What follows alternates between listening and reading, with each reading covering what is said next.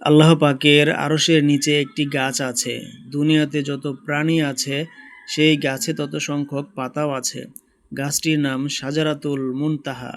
যখন কোনো ব্যক্তির আয়ু শেষ হইবার মাত্র 40 দিন বাকি থাকে, তখন ওই গাছটির একটি পাতা আজরাইল আলাইহিসসালাম এর সামনে ঝরিয়া পড়ে। ইহাতে ওই লোকটির নাম লেখা থাকে। তখন আজরাইল আলাইহিসসালাম বুঝতে পারেন আরশের নিচ হইতে প্রত্যেক নামের উপর এক বিন্দু পানি পড়ে এবং তার রূহ নিবার জন্য তৈয়ার হন। যার নামের উপর সবুজ বিন্দু পড়ে বুঝিবে সে বৎকার, আর যে নামের উপর সাদা বিন্দু পড়ে বুঝিবে সে নেককার। হুজুর সাল্লাল্লাহু আলাইহি ওয়াসাল্লাম বলেন, জবান যখন বন্ধ হয়ে যায় তখন তার নিকট 5 জন ফেরেশতা আসে। প্রথম ফেরেশতা এসে বলে, ওহে আল্লাহর বান্দা, আমি তোমার রিজিকের ব্যবস্থা করিতাম।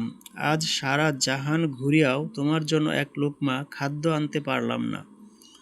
তোমার রিজিকের দরজা বন্ধ হয়ে গিয়েছে। দ্বিতীয় ফেরেশতা এসে বলে, ওহে আল্লাহর বান্দা, আমি তোমার পানির ব্যবস্থা করে আসছিলাম। আজ সারা জাহান ঘুরিয়াও তোমার জন্য এক বিন্দু পানি পাইলাম না। তৃতীয় ফেরেশতা এসে বলে, ওহে আল্লাহর বান্দা, আমি তোমার চলাফেরার ব্যবস্থা করিতাম। আজ সারা জাহান ঘুরিয়াও তোমার জন্য এক কদম জায়গাও পাইলাম না। চতুর্থ ফেরেশতা এসে বলে, ওহে আল্লাহর বান্দা, তোমার শ্বাস প্রশ্বাসের ব্যবস্থাকারী আমি ছিলাম। আজ সারা জাহান ঘুরিয়াও তোমার শ্বাস ফেলিবার একটু জায়গাও পাইলাম না। অবশেষে পঞ্চম ফেরেশতা এসে বলে, ওহে আল্লাহর বান্দা, তোমার হায়াতের ব্যবস্থা আমার হাতে ছিল। আজ সারা জাহান ঘুরিয়াও আমি তোমার জন্য এক মুহূর্ত হায়াতও পাইলাম না। তাই আমরা সবাই বিদায় হয়ে গেলাম। ইহার পর কেরামান কাতিবিন ফেরেশতা এসে বলে, ওহে আল্লাহর বান্দা, আমরা তোমার নেকি বদি লিখিয়া রাখতাম। আজ তোমার নেকি বধি কিছুই পাইলাম না। এই কথা বলে দুইখানা পুস্তিকা বের করে তার সামনে ধরে। তখন তার শরীর দিয়ে ঘাম বাহিয়া পড়ে। আমলনামা পড়ার ভয়ে ভীত হয়ে ডানে বামে তাকাইতে থাকে। তখন ফেরেশতারা চলে যায়। আজরাইল আলাইহিসসালাম এসে হাজির হয়ে যায়। তার ডান দিকে রহমতের ফেরেশতা থাকে, বাম দিকে আযাবের ফেরেশতা থাকে। নেককার হইলে রহমতের ফেরেশতাগণকে ডাক দেওয়া হয়, বৎকার হইলে আযাবের ফেরেশতাগণকে ডাক দেওয়া হয়। দুনিয়াতে সবচেয়ে কঠিন সময় হলো জান কান্দানির সময়। তখন চক্ষু দুটি খাড়া হয়ে যাবে, নাকের ছিদ্র মোটা হয়ে যাবে, ঠোঁট দুইখানা লটকিয়ে যাবে, চেহারা হলুদ হয়ে যাবে, নখগুলি সবুজ রং ধারণ করবে, কপাল হইতে ঘাম বাহির হবে, জবান বন্ধ হয়ে যাবে, কিছু জিজ্ঞাসা করলে উত্তর দিতে পারবে না। মাল দৌলত, ছেলে মেয়ে, আত্মীয় স্বজন, বন্ধু বান্ধব, ঘর বাড়ি যাহা ত্যাগ করে যাইতেছে সবই খেয়াল হয়ে আসবে।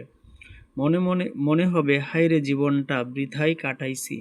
শিরাগুলো শিথিল হয়ে আসবে, আশা ভঙ্গ হয়ে যাবে, অঙ্গ প্রত্যঙ্গগুলি অকেজ হয়ে যাবে। ছেলে মেয়ে আত্মীয় স্বজন তাকে বিদায় দেবার জন্য দৌড়িয়ে আসবে। পানির পিপাসায় কলিজা ফাটিয়া যাবে। মন চাহিবে সাত দরিয়া পানিও যদি মুখে ঢেলে দেওয়া হয় তবু বুঝি পিপাসা যায় না। বুদ্ধি বিবেচনা বদলায়া যাইবে।